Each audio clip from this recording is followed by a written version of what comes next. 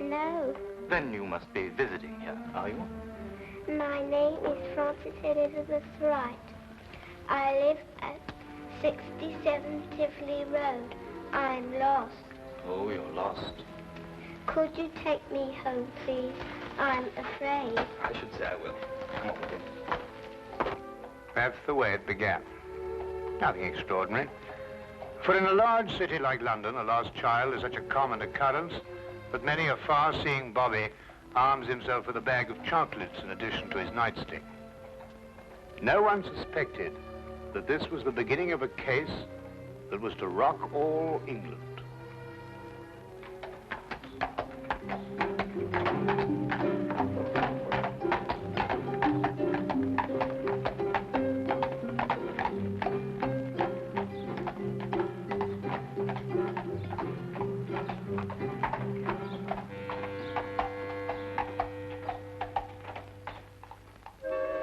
All right, if you insist. I know this man isn't going to do us any good. But what's the use of talking to you? Just as stubborn as your mother. I suspect we're having visitors. Oh, really? 23 and 27.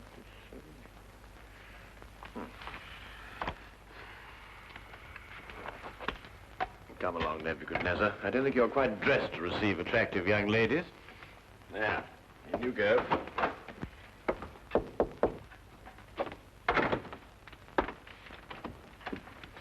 Won't you come in? Mr. Holmes, Sherlock Holmes.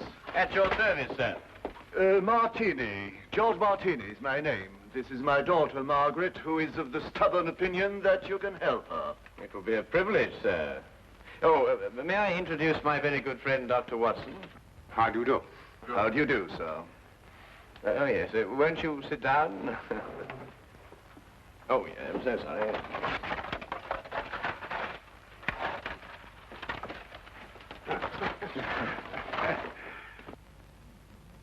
How can I be of any assistance to you? This is rather a confidential matter. Oh, yes, yes. Dr. Watson is both the soul of discretion and my invaluable colleague in all my cases, especially the more delicate ones. I see.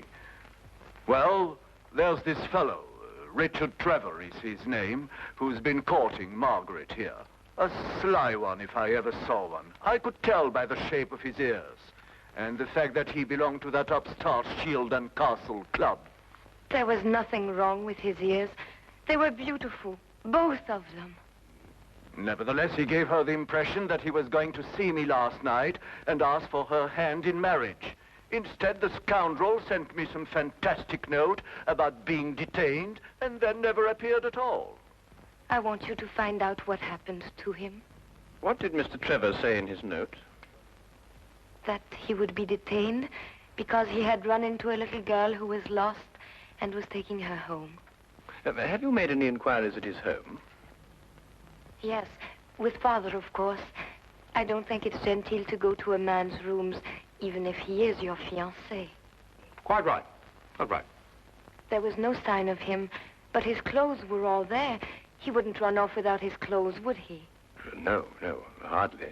Pure a guess. A deduction. Just as I deduced that you have a scar on the left side of your head, which you received in a naval battle. I'll be bound. How did you know that? Well, a right-handed man normally parts his hair on the left. Your parting is on the right, thereby indicating that you've changed it at some time or another to hide a mark. As to how you got it, that's obvious to me by the fact that you carry on your watch chain the insignia of His Majesty's ship Assault, which everyone remembers distinguished herself heroically off the coast of Africa. Well done, Holmes. I declare, well done. Will you investigate, Mr. Holmes? We'll look into the case immediately, Miss Martini. And as soon as we have any information for you, we'll let you know. I shall be forever in your debt. Or I will be after I see his bill. Here's our address. That won't be necessary, sir. I saw it marked on your hatband when you came in. If you'll forgive me, sir, a rather extraordinary precaution against the loss of a bowler only worth 2 guineas. Come, dear.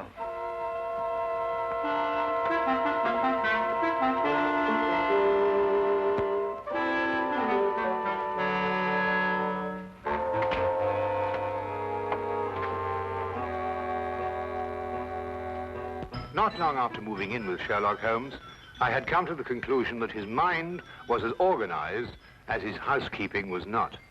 He was, without a doubt, the most perfect reasoning, observing machine I had ever encountered. And just watching him think had become sheer fascination. I tried to put myself into his brain now and deduce what had happened to the missing Mr. Trevor. Did it occur to you he might have had an accident and even now be lying in a hospital at this very moment? You, being a doctor, would think of that. But if that were the case, surely the hospital would have informed someone by now. Maybe he skipped off and left her then. There's no guarantee he won't come back for his clothes or have them sent on to him. I'd grant that if he hadn't sent that note. A man deserting a girl isn't likely to send a note at all. And if he did, he couldn't conceive, as Mr. Martini put it, of such a fantastic one. The case is more than complex, Watson. And when we solve it, we shall also know what became of the others. What others? Oh, Watson, would you pass me my tobacco pouch? Well, where is it? It's in the toe of the Persian slipper, under your chair. All right. There you are. Oh. Thank you, Watson. Now, what others? Well, it's come to my attention during the past 2 weeks that 7 men have disappeared, totally evaporated from the face of London. They had no reason to run away, every reason to stay. Trevor fits perfectly into this fabric. You mean then that there's more in this than just the disappearance of that young lady's fiancé? Unless you accept 8 consecutive coincidences. Could you accompany me this afternoon? Where? To the last place where Trevor must have been before he met the little girl. But you don't even know where that was. I'd say it was the upstart Sheldon Castle Club. Why there? Well, if you were about to confront a man like Mr. Martini to ask for the hand of his daughter in marriage, what would you do first? I'd probably have a couple of stiff drinks first. And if you were a member? At the Sheldon Castle Club, eh? By Jove, Holmes, of course. That's just what I would do. You see, Watson? You've been of invaluable assistance to me already.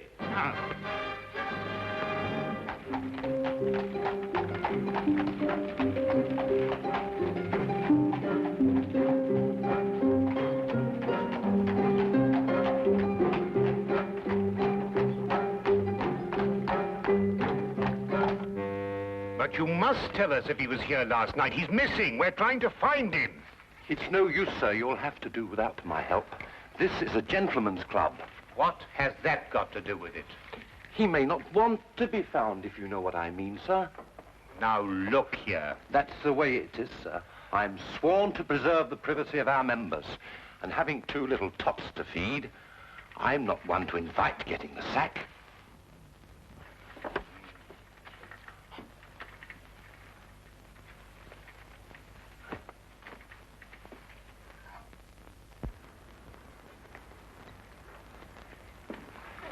I say, where have you been? This is meant to be your case, you know, and I've been doing all the investigating. Yeah, do you know that Trevor was here last night? How do you know? Well, to my utter amazement, one of my keys fitted the door to the office.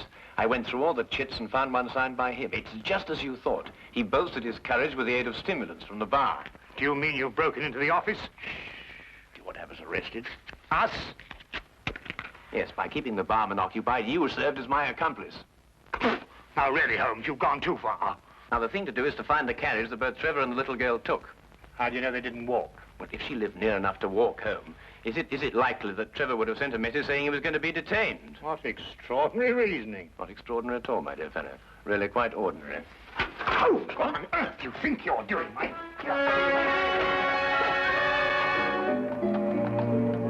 Finding the cabbie who picked up Trevor and the little girl was a matter of stationing ourselves at the hack stand outside the Sheldon Castle Club and doggedly questioning every driver who stopped there. One finally remembered the pair, but owing to brisk business that night, could not be at all sure where he set them down. The address he brought us to was a guess, and from the looks of it, a very bad one. Well, I think we're on a wild goose chase. Doesn't look as if anyone lived here for a long time. Do you realize these papers are at least a week old? Well, then the cabbie made a mistake. He's brought us to the wrong address. Do you know, without very much difficulty, I think I might be able to... Holmes, Holmes, please, not again. You good fellow, and keep a good lookout, will you? Look, Holmes, this is housebreaking. We can go to prison for years for this. You can't just go opening doors all over London just because... Oh, Holmes, no, there's somebody coming. Just stand in front of me and behave quite normally, eh?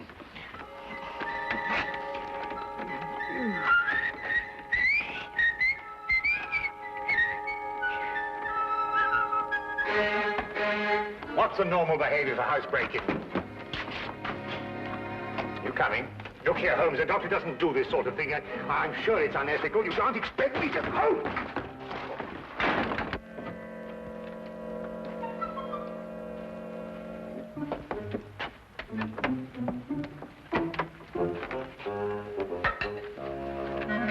What are we looking for? I'm not quite sure yet. You won't find anything here. You said yourself the house has been unoccupied for the last week. Thieves in the night, that's what we are. A child's been here recently. Oh, what makes you think that? Do you remember as a youngster, Watson, penciling in moustaches on the faces of the advertisements? I suppose so. But what's that got to do with it? When I looked at those newspapers outside, I noticed that someone had penciled in a handlebar moustache on a woman advertising headache powder.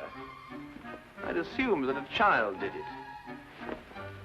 More than that, since the papers were only a day old, I'd also assumed that a child has been here very recently. Why should the child bring Trevor here to an unoccupied house? That, Watson, is the core of our problem. Excuse me a minute. Huh? Oh.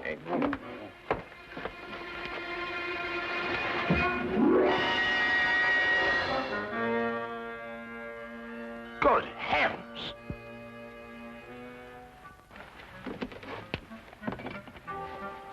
Trevor? Fairly safe assumption, Watson. Yes. And from the pallor of his skin, I'd say he'd recently been given an overdose of strychnine. I'd also deduce that he's the 8th victim of a very strange murderer.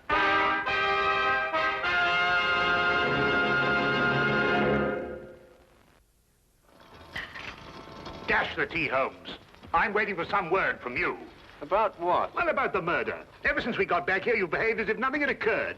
And yet I'd wager anything that you're hot with some theory as to who's done it and why. I'm afraid we've run out of Indian. I think we've got some china, if I can find it. My guess is it's a cream passionel. Are you ruling out the robbery motive? Trevor was left without a shilling. Oh, that's just some sort of a smokescreen. After all, she... Good heavens, Holmes, what on earth do you think you're doing? Look, snake poison. Oh, don't be silly, Watson.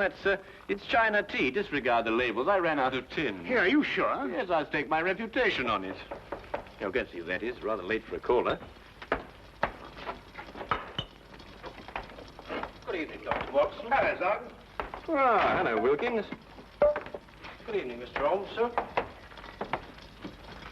I've got a message for you, sir, from Inspector Lestrade. A welcome addition to the day. A message from the good inspector. We've found another corpse, sir. It was in an empty house in Hammersmith this time. The facts are still the same. Robbery and strychnine poisoning.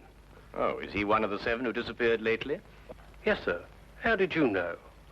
Well, I suspect that the other 6 will end up in unoccupied houses before very long.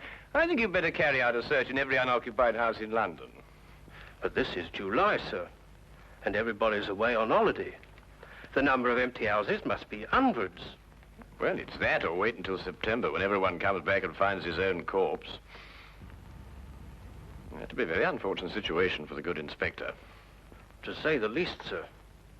I'd better give the inspector your advice, sir. Yes, you must let us know what he says. That might be rather embarrassing. Good night, Mr. Holmes. Good night, Doctor. Good night. You know, Holmes, you were right.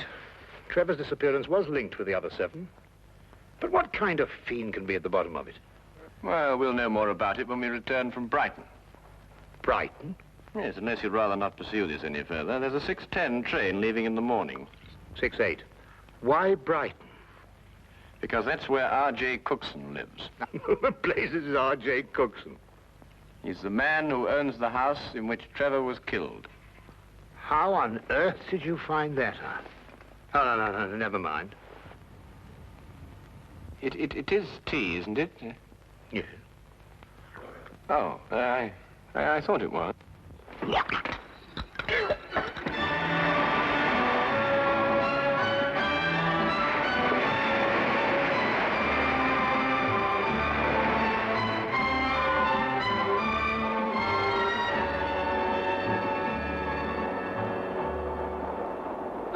Have you ever heard anything so incredible? A corpse in my fireplace. And a stranger at that. Rather inconsiderate of someone, I must say. Why, when the police brought the news last night, I thought someone was pulling my leg. My fireplace. Really, I ask you. I'd say because the murderer knew you'd be away, knew that the house would be unoccupied, and that you wouldn't come back at an embarrassing moment. You're right, Mr. Holmes. Absolutely right. The culprit was acquainted with all my plans, and not wanting the corpse to be found in his own fireplace, chose mine. Precisely. But who could that be? I'd vouch that a full regiment of people knew of my plans to leave London. Then our task is to narrow down that regiment. But how? You have me breathless. First of all, has anyone else the key to your house? No, not that I know of. Yes. I once gave my key to the greengrocer to deliver a parcel. Aha. But he gave it back. Oh. But bosh and bother, supposing a key wasn't used at all. Whoever did it could have used a tool or something and jimmied his way into my house. I've heard of those things being done. Mm-hmm. Oh, really? We found all the windows and doors locked. I'm afraid you've escaped me. Now again, Mr. Cookson, are you quite sure that no one else has a key to your house? Well, now, really, after all, I don't hand them out like calling cards to every... Wait. There's this charwoman who comes to my house once a week to clean up. But, oh, no, she couldn't hurt a fly. Well, what's her name? Mrs. Enid. But really, she couldn't be less harmless. She's 60 years old if she's a day. You take her for your own grandmother. Yes, but you know if she has a daughter. Daughter? Well, now, really, a woman of 60 isn't bound to have a little girl. Well, what about a niece or a granddaughter? Granddaughter. Now that I think of it, she does have one. About 7 years old. She recently came to live with her. Where does Mrs. Enid live? I have her address for... If you please. Sorry. Right here in my trousers. Do you really think it could be the old woman? Well, a charwoman has the ability to go anywhere in London. Ah, yes. Wait. 322 Radcliffe Way. 322 Radcliffe Way. To look at her, you'd never think she could hurt a fly. You'd take her for your own grandmother. Poison murders? No. Impossible, Mr. Holmes, impossible. Oh. Grandma, must we play the game tonight? Of course. Don't you like playing it? I don't like staying on the street alone. It'll only be for a little while. You'll find someone to bring you back, and Grandma'll have company again. What happened to the last company we had? Oh, he went home after a while. But come on, let's say it. Where do you live? At 67 Tivoli Road. No, that was the last place. Your address is now 120 Claridge Street. I forgot. All right. Now, come on. Let's say it again. Where do you live? 120 Claridge Street. And again? 120. What do you think, Holmes? Well, we'll know definitely in an hour's time. Come on.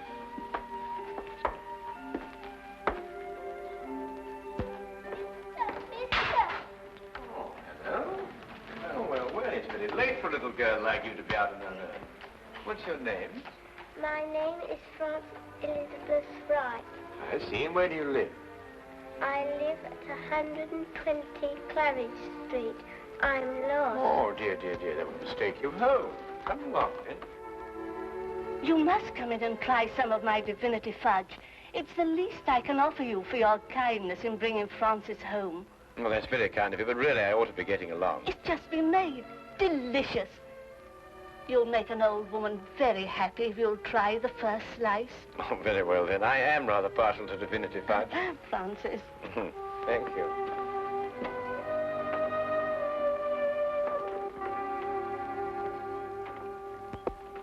Now, come and sit right here at the table. Thank you. Now, say good night to the kind gentleman, then off to bed. Grandma, you never let me stay up with the company. That's because little girls must have their sleep. But now we've met the gentleman, perhaps he'll come again in the daytime. Will you? I should love to. Good night. Good night. Good night, birdies. Isn't she a lovely girl? And she'll grow up into a beautiful woman and have a life of ease. Yes, that's the important thing. A life of ease. Time to enjoy the world and... Here, you're waiting for some fudge, and I'm prattling away.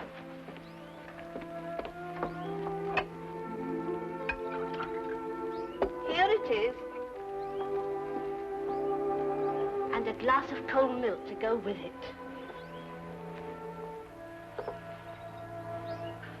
Won't you join me? Oh, no. My doctor would never permit it. I only prepare this sort of thing for people who drop in, like you. I see. Smells very good. If I have one speciality, it's divinity fudge. You'll find it heavenly.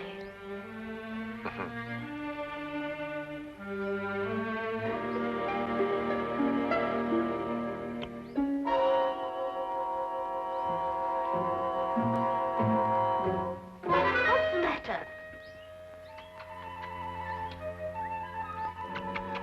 Nothing. I just wanted to give the birds a bit first. Don't. Birds don't eat fudge. Oh, yes, they do. They love it. Come on, old chap. Have a... No, you can't. Who are you?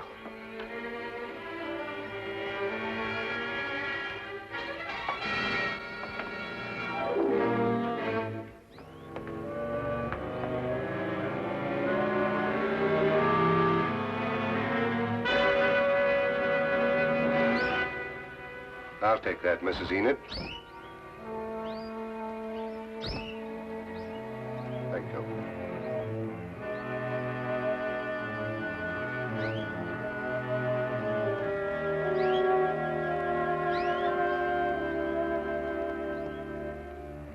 I needed money for the child. That's why I did it. I didn't want her to grow up into a tired rag of a charwoman. I wanted her to have a life of ease and the things I've seen other people have. You understand? Yes. Will she be taken care of? You need worry, Mrs. Enid.